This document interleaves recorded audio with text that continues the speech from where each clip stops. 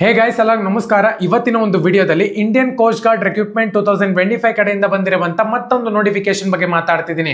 ಈ ಒಂದು ನೋಟಿಫಿಕೇಶನ್ ಬಂದ್ಬಿಟ್ಟು ಆಕ್ಚುಲ್ ಆಗಿ ಆಲ್ ಇಂಡಿಯಾ ಅಂತಾನೆ ಹೇಳ್ಬೋದು. ಕಂಪ್ಲೀಟ್ ಇನ್ಫಾರ್ಮೇಶನ್ ತಿಳಿಸ್ಕೊಡ್ತೀನಿ. ನನ್ನ ಚಾನಲ್ಗೆ ಸಬ್ಸ್ಕ್ರೈಬ್ ಮಾಡ್ಕೊಂಡಿಲ್ಲ ಅಂತ ಹೇಳೋದಾದ್ರೆ ಸಬ್ಸ್ಕ್ರೈಬ್ ಮಾಡ್ಕೊಂಡು ಪಕ್ಕದಲ್ಲಿರುವಂತ ಒಂದು ಬೆಲ್ ಐಕಾನ್ ಕ್ಲಿಕ್ ಮಾಡೋದು ಮರಿಬೇಡಿ. ಸೊ ಬನ್ನಿ ವಿಡಿಯೋನ ಸ್ಟಾರ್ಟ್ ಮಾಡೋಣ ಅಂತ.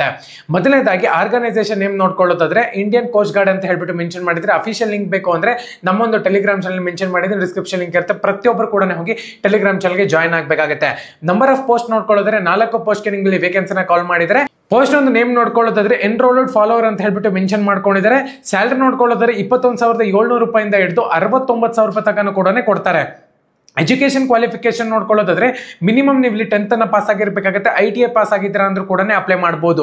ಏಜ್ ಒಂದು ಲಿಮಿಟ್ ನೋಡ್ಕೊಳ್ಳೋದಾದ್ರೆ 18 ವರ್ಷದಿಂದ 25 ವರ್ಷದ ಒಳಗಡೆ ಇರಬೇಕಾಗುತ್ತೆ. ಏಜ್ ಒಂದು ರಿಲ್ಯಾಕ್ಸೇಷನ್ ನೋಡ್ಕೊಳ್ಳೋದ್ರೆ ST ಕ್ಯಾಂಡಿಡೇಟ್ಸ್ಗೆ 5 ವರ್ಷ ಕೊಟ್ಟಿದ್ದಾರೆ.